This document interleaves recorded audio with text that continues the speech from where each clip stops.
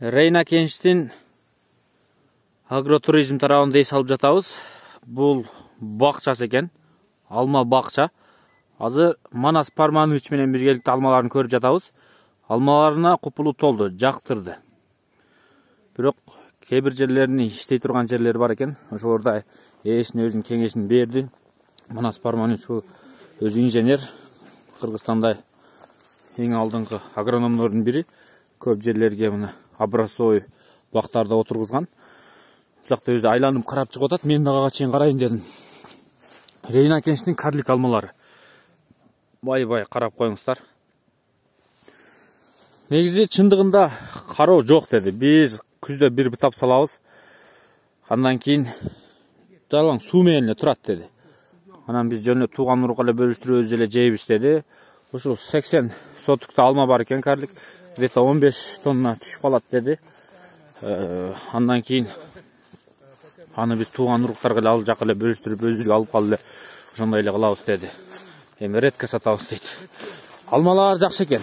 Анан азыр Манасова бул жердин ээсине нелерди айтыптыр. Эми нелерди айттыңыз? Алмалары жакшы. Бутоосун дагы да жакшылап жасаш керек.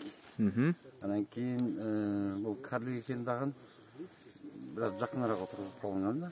Бирок оорулары жок, күчтөр бардыгы таза. Жакшы. Анан соттору түзүү экен бираз. Бул эми любительский бак болгон экен да. Бираз. Бул неги жалпы жөнүнөн жакшы бак. Агротуризмге гана жасаганбыз деди, бул жерде. Ооба, бул жерге ылайыктуу экен да, мисалы үчүн бул жерге иш алган келген кишилер багарлап жүрүп өздөрү алманы жүзүп жеши мүмкүн. Негизи оору сыркоосу жок экен. Сизде ушул эле да турабы? Муну бутайт дегенде баягы сиз ал жерге барганда мен көрүп жүрдүм, жанакы ичине кеткен шактарды сынып, кесип, сыртка кеткендерин калтырып деген. Мен сизден жанагы ар бир көчөт менен өзүм чечилиши билишим керек. Көчөт өзү айтат. Кайсы шагын. Мындай күн тие турган кылып, мындай. Бул жак Зулпукар Самат деген агабыз түшүндүрүп берген.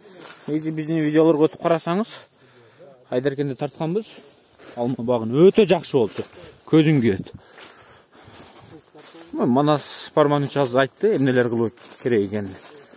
Негизинен жакшы алмалар экен. Соту дагы жакшы.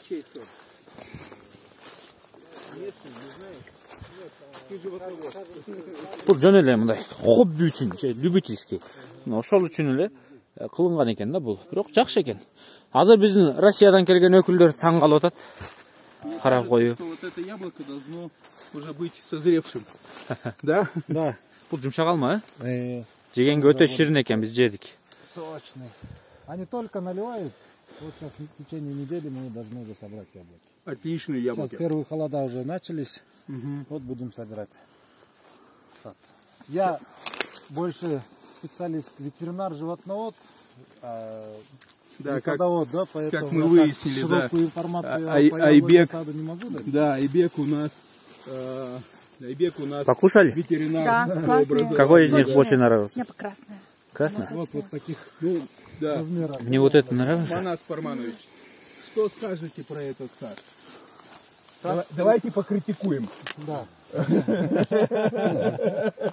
Во-первых, говорит Айбек 6 сортов. Это много. Да.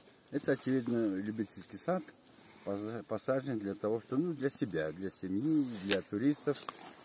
А так,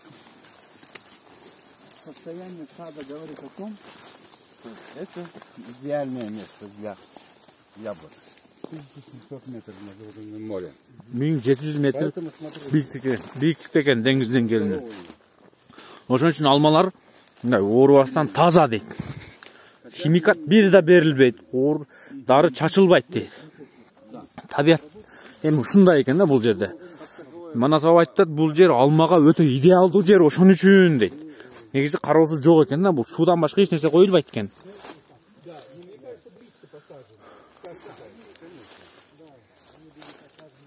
Бул эс алуучу бак экен, мындайча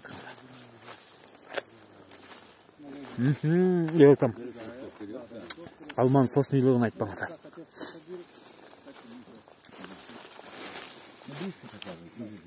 Роман Посторонний у нас Сомкнулось уже. каналына кирип, Роман Посторонний деп издеп көрүп кетиңиздер.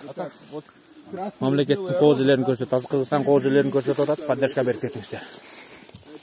Кайсын көрсөтөйүн дедиңиз? Превосходный деген ушул. Превосход. Негизинде бу Джонатан деген алма ушу да.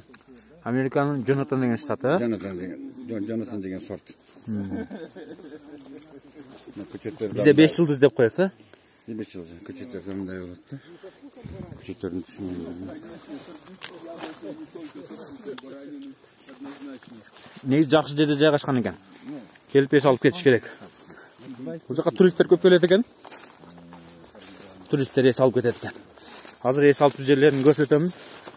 Таң каласыздар. Азыр биздин коллегалар чай ичип отурат, могул тарапта. Бул жак кухня. Бул жак гостиница. Негизи бүт нерсе ушул тарапта экен.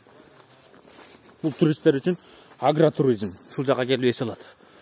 Бакчалар бар.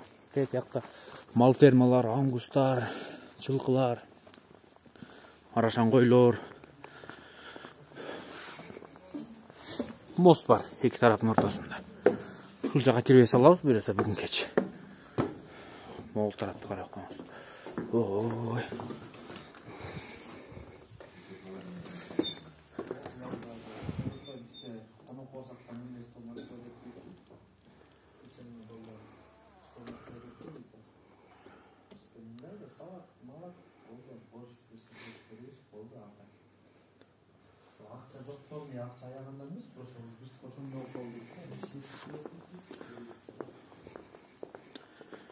Короткий круг дейт го,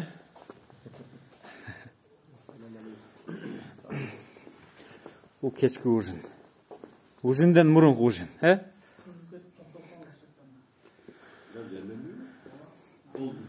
Так, бул жердин курулгандары өтө мындай. Бир же табигый. Бул менимче будай окшойт, Будай. Могу карагайлар. Могу карагай кайдымкы эле. Бул саман, солома. Могул жерлер болсо мына жана талдын шагы. Кооз көрүнөт экен. Негизи вид ушулар ачат экен.